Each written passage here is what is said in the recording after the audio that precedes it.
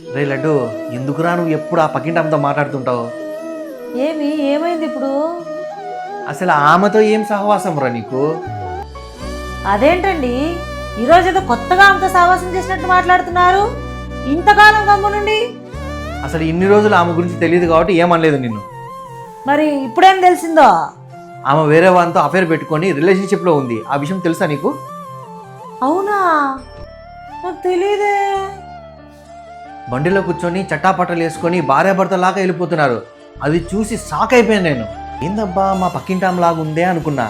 అయినా ఆమె ఇక్కడికి ఎందుకు వస్తుందిలే అని అనుకున్నా. మళ్ళీ పర్సనల్గా చూస్తే ఆమె అని కన్ఫర్మ్ అయిపోయింది. అది ఆమె క్యారెక్టర్.